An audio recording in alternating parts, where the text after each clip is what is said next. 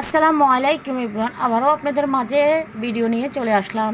আজ রান্নার ভিডিও হবে পাবদা মাছ টমেটো দিয়ে দো পেঁয়াজা করব এবং তেলাপিয়া মাছের মাথা দিয়ে আমি পালং শাক রান্না করব। তো পুরো রেসিপি জুড়ে সাথে থাকবেন। রেসিপিটি এখন প্রথমেই আমি বসাই দিচ্ছি পাবদা মাছ বসানোর জন্য প্রথমে একটা প্যান বসা দিলাম। প্যানে আমি পরিমাণ তেল দিয়ে দিলাম, তারপর দিয়ে দিলাম আমি পেঁয়াজ এবং কাঁচামরিচ আর পেঁয়াজ একটু নেড়ে চেড়ে দিয়ে হালকা একটু নরম হওয়ার পরে দিয়ে দিচ্ছি আদা রসুনের পেস্টটা দেওয়ার পরে আমি আদা রসুনের পেস্টের কাঁচা গন্ধ চলে যাওয়া পর্যন্ত একটু নেড়ে দিব। তারপর আমি দিয়ে দিব এখন শুকনা লাল মরিচের গুঁড়া, হলুদের গুঁড়া, লাল স্বাদ মতো লবণ, ধনিয়া জিরার গুঁড়া দিয়ে একটু তেলের উপরে নেড়ে চেড়ে দিব।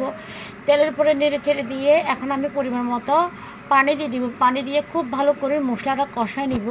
যে কোনো রান্নার মধ্যে মশলাটা খুব ভালো করে কষাবেন এবং জালটা অবশ্যই মিডিয়াম আঁচে রাখবেন যাতে তলাতে না লাগে এবং আশপাশটা যেন পুড়ে না যায় এবং কি মশলাটা না পুড়ে যায়। জালটা মিডিয়াম আঁচে রাখি মশলাটা খুব ভালো কষাবেন। কতটুকু দেখাতে পাচ্ছে জানি না, তবে খুব ভালো করে দেখতে পাচ্ছেন খুব সুন্দর একটা কালার আসছে এবং আমি খুব ভালো করে মশলাটা কষানোর পরে এখন দিয়ে দিচ্ছি পাবদা মাছগুলো একটু মিডিয়াম সাইজের ছিল, তবে অনেক সুন্দর দেখতে পাচ্ছেন। পরিষ্কার করে ধোয়ার পরে আসলে যে কোনো রান্নার মধ্যে পরিষ্কার পরিচ্ছন্নের মধ্যে দেখতে সুন্দর দেখা যায়। দেখতে পাচ্ছেন কতটা সুন্দর হয়েছে। এরপর আমি এখন একটু টমেটো ছেড়ে দিচ্ছি। টমেটোটা ছেড়ে দিয়ে উপর দিয়ে একটু হালকাভাবে টমেটোটা দিয়ে দিলাম। আর টমেটো দিয়ে অনেক দেখা যায় কি রান্না করলে এই শীতকালকার টমেটো সিজনে রান্না করলে অনেক মজা লাগে। টমেটো দিয়ে যে কোনো তরকারি রান্না করলে অনেক মজা লাগে।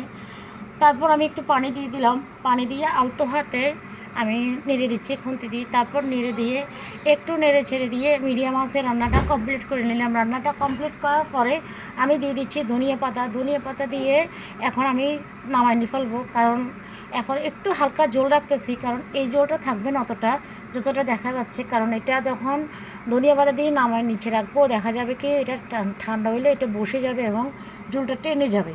এখন ধনিয়া পাতা দিয়ে নামাই ফেলবো। তারপর আমি দেখতে পাচ্ছেন কালারটা কতটা সুন্দর আসছে। আমি আপনাদেরকে আলতো হাতে দেখা দিচ্ছি জলটা কতটুকু আছে। তো কেমন হয়েছে অবশ্যই কমেন্টে জানাবেন। রেসিপিটি ভালো লাগলে প্লিজ শেয়ার করতে ভুলবেন না, একটু শেয়ার করে দেবেন। আপনারা শেয়ার করলে আমার কাছে অনেক ভালো লাগবে।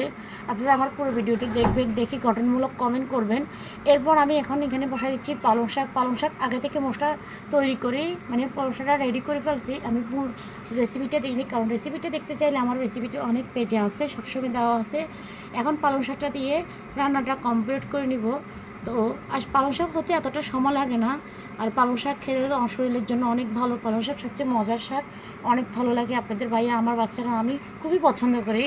আপনারা কে পছন্দ করেন অবশ্যই কমেন্টে জানাবেন। আমার এখানে কোনো কিছু বলতে ছিল কি না সেটা অবশ্যই কমেন্টে জানাবেন। সবাই ভালো থাকবেন। এতক্ষণ আমার ভিডিওটা ধৈর্য সহকারে দেখার জন্য সবার প্রতি ধন্যবাদ রেখে বিদায় নিচ্ছি। আসসালামু আলাইকুম।